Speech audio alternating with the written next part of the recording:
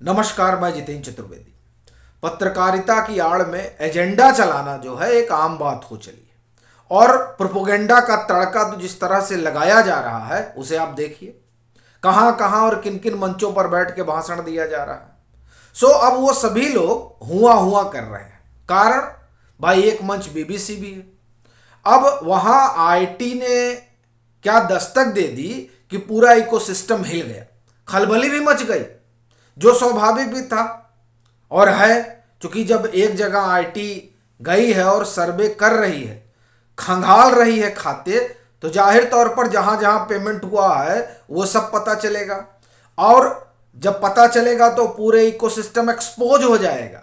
तो इसलिए ये जो खलबली आप देख रहे हैं, ये जो आप एक तरह से कहिए कि अभियान देख रहे हैं, वो दरअसल उसका हिस्सा है जिस बात का डर उन्हें सता रहा है कि अब सबके बही खाते खुलेंगे। कारण उस पर हम लोग एक एक करके बात करेंगे और ये आईटी सर्वे का क्या मायने है, क्यों हुआ, इस पर भी बात करेंगे।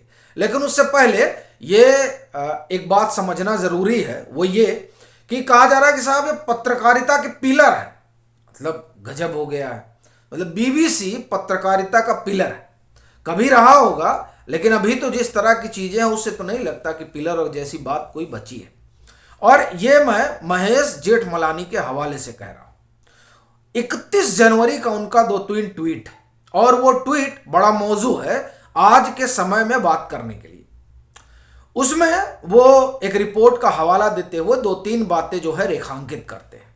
वो कहते हैं कि आखिर क्या वजह है कि बीबीसी को बदहजमी हो जाती है भारत का नाम सुन के। और फिर वो एक रिश्ता पूछते हैं कि ये जो हवाई कंपनी है इसके साथ इनका क्या रिश्ता है। और ये वो कंपनी है जिसको लेकर यूके में बहुत ठीक नज़रिए से नहीं देखा जाता है। यूएस में तो बाकायदे उन पर प्रतिबंध वगैरह भी लग चुका है।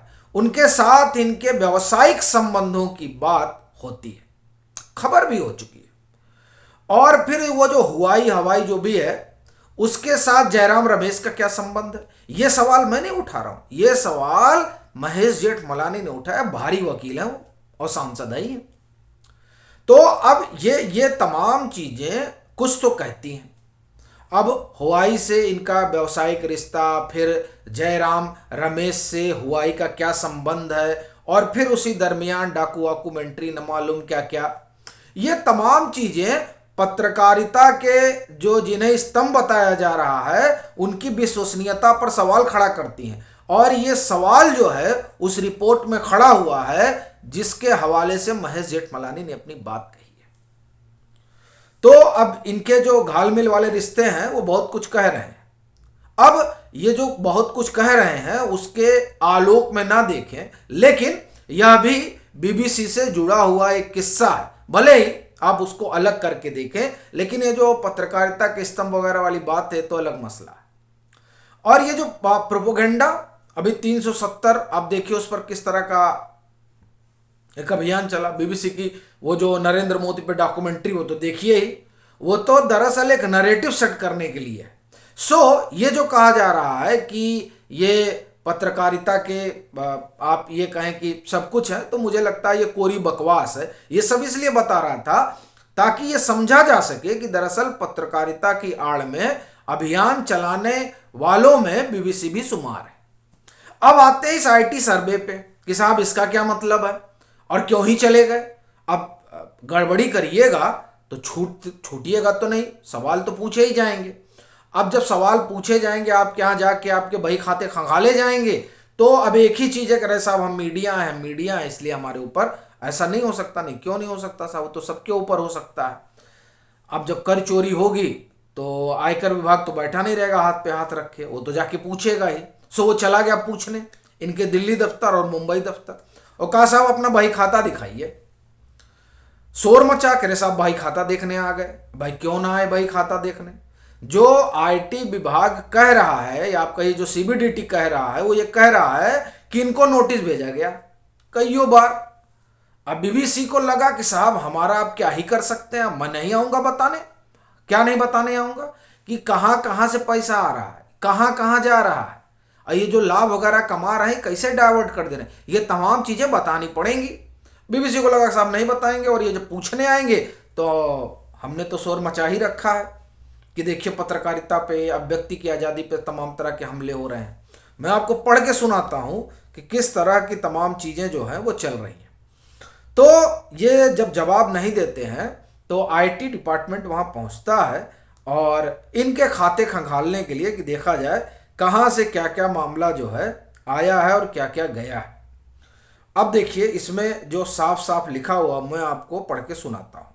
इन the case of the BBC there has been, यहां से एक मिनट रुकिए, as a result of the same several notice have been issued to the BBC.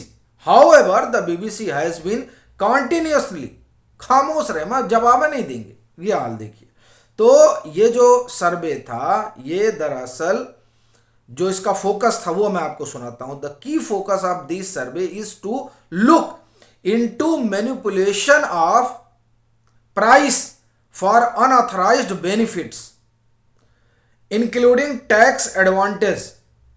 अब बताइए, अनऑथराइज्ड बेनिफिट और इंक्लूडिंग टैक्स एडवांटेज, मतलब टैक्स चोरी भी करिएगा और अनड्यू फेवर भी लीजिएगा तो कैसे बात बनेगी। कुछ ऐसा ही मामला था टैक्स से जुड़ा हुआ जो आरोप एनडीटीवी पर लगा था, और भी ऐसे कई मामले थे। तो वहां भी जांच एजेंसी गई थी, तब हुआ कि साहब पत्रकारिता पर हमला हो गया, और तब प्रेस क्लब ऑफ इंडिया में बड़ा कार्यक्रम हुआ था। बड़ी बात नहीं है कि बीबीसी को लेकर भी एक भारी कार्यक्रम हो जाए कि साहब ये क्या हो गया, लेकिन ये कोई नहीं कहेगा कि हम कर क्यों अपनी जेब में रख रहे हैं। भाई दे दीजिए। इससे पहले भी एक आईटी सर्वे हुआ था दैनिक भास्कर पे और एक और मीडिया हाउस पे, तो भी साहब हमला हो गया था कि नहीं देखिए हम तो जो है सरकार के खिलाफ बोल रहे हैं, इसलिए जो हमारे ऊपर इस तरह का शिकंजा कसा चला रहा। बाद के दिनों में पता चला कि कई सौ करोड़ रुपए का कर बकाया है। तो अब यही कमोबेश यही स्थिति बीबीसी की भी है। लेकिन अब देखिए उसको किस तरीके से नैरेटिव गढ़ा जा रहा है कि नहीं चूंकि इन्होंने डॉक्यूमेंट्री निकाली इसलिए इनके ऊपर जो है हमला हो गया। मैंने डॉक्यूमेंट्री निकाली तो वो हमले का तो कोई मसला नहीं है, मसला ये है कि फंड कहाँ से आ रहा है ये बताने से जब गुरेज होगा तो जाहिर तौर पर सवाल तो उठेगा ही। वो भी पीछे हमने जो आपको महेश जेठमलानी वाला पूरा ट्वीट सुनाया, वो तो कई तरह के सवाल पैदा ही करता है। तो ऐसी स्थिति में विश्वसनीयता जो है वो संदेह के दायरे में आ जाती है, और ऐसे दायरे में आने के बाद एजेंसियां जो हैं वो आपके दफ्तर के चारों तरफ दिखाई भी देने लगती है। और अभी तो आयकर गया है, अब आगे देखिए और क्या क्या होता है, अब और किस किस तरह की चीज़ें निकल कर आएंगी। क्योंकि जो कुछ भी चीज़ें उन्होंने वहाँ से जुटाई हैं उसके बाद तो तकलीफ बढ़ने वाली है और शोर भी बढ़ने वाला है। अब ये देखने वाली बात होगी कि आगे क्या क्या होता है। अभी के लिए फ़िलहाल इतना ही। अगर आप मतांतर से नहीं जुड़े हैं तो जुड़िए, वीडियो को लाइक कीजिए, शेयर कीजिए और अपने सुझाव जरूर साझा कीजिए।